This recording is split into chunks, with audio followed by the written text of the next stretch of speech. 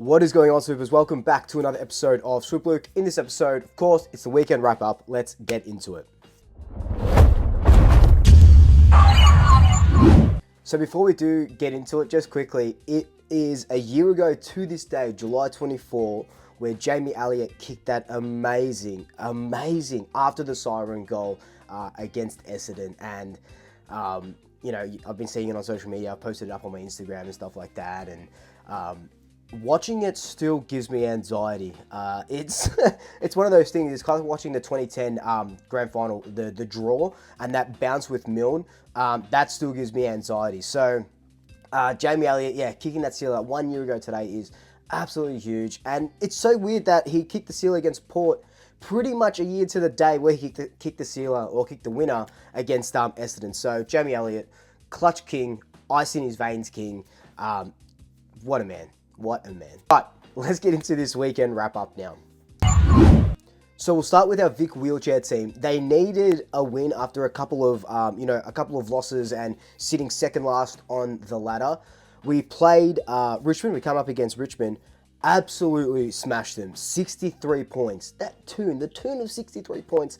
Absolute drubbing. Our boy Ben Jankowski scored 7 goals. Perito with 6 goals. We scored 17 goals in that game. So an unbelievable effort. And what that does now is not only does it give us a little bit of a percentage booster, even though we're sitting about 90%, we go on to 20 points. We get that extra win, and we jump from 4th in the comp. We jump to second on the ladder. We have played 2 more games more than like Hawthorn, who are first. They've only played 8 games. Essendon, who are third, have only played 9 games. So we do have a couple more games. They've got a couple more games in hand because it's really close. There's 3 teams on 20 points.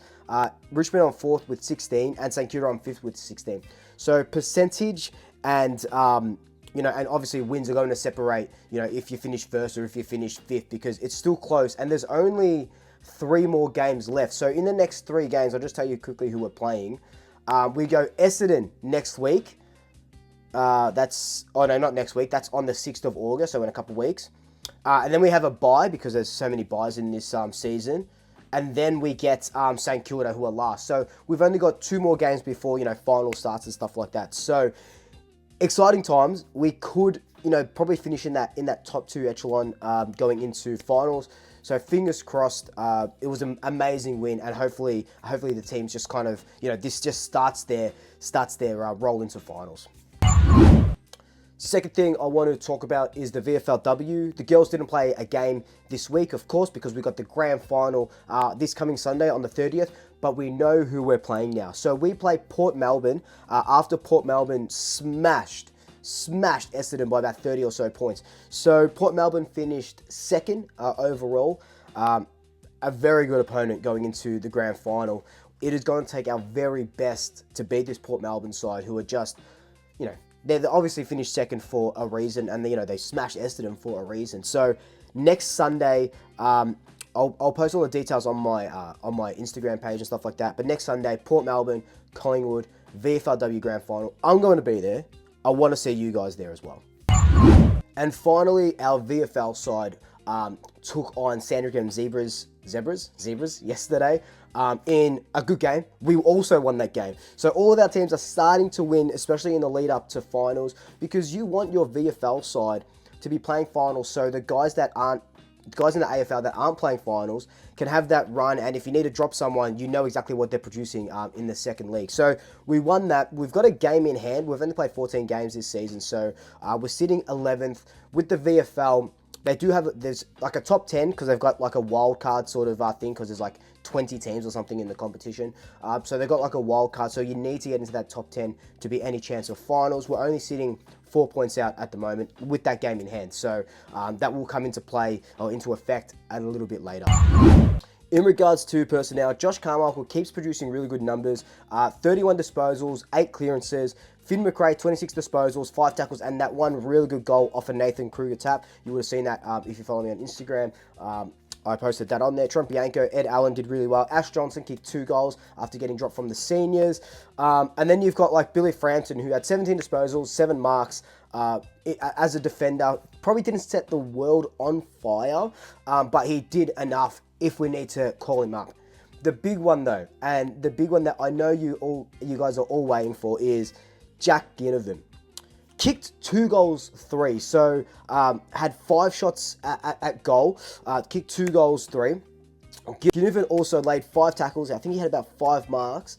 But what I love is that he had 28 disposals. So what that means is he's not playing as a small forward anymore in the VFL. They're trying to add more notches to his belt, right? They've pushed him up the ground, pushed him into the midfield a little bit. And that's not to say that when he comes into the team, he's going into the AFL team, he's going to play in the midfield.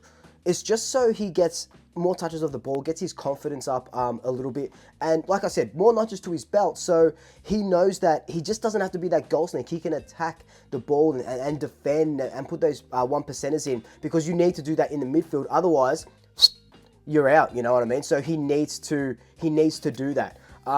So Jack Ginnivan is doing a lot well in the VFL. He needs to turn into that sort of, not Bo McCreary, because that's a whole different game, more of that Bobby Hill, where Bobby Hill will just attack, contest, and defend with his life. So I think that's what they're trying to turn Jack Ginnivan into. And kicking 2 goals, 3 with the 28 disposals is a very, very, very good return. Does he come back against Carlton? I don't like. Who would you drop? You would maybe like. This is my thinking at the moment. Is he's exciting, right? Loves playing against Carlton. Loves a goal against Carlton. Has Bobby Hill done enough in the last couple of games? I know he's pops up for 1 or 2 a game. Amazing. Has he done more in the last 3 games than Ginnivan has done in the VFL? Do you kind of just switch and get Bobby Hill firing in the VFL? That's the only change I would make, because, you know, unless you're taking a tall out to put another small in, I don't think that sort of works. You could take Cox out, put Ginnivan in, and have Ginnivan as a sub, or have Bobby Hill as a sub, but we'll talk about that in my preview. But in regard to that, Ginnivan has done a lot right in the VFL recently, and I'm so happy that he's starting to put together a good chunk of football and getting the ball rolling on just different aspects of his footballing career. But anyway, guys, this has just been the weekend wrap-up. As always, you know, if you do enjoy these videos and you know a Collingwood supporter that isn't subscribed or isn't watching my channel, please just share it around. You know, the likes, the subscribes, they go a long way. So it would just mean a lot if you could do that. But until then, like, comment, subscribe, tell your family, tell your friends, tell your pets, and until next time, double checkers. I'll see you later.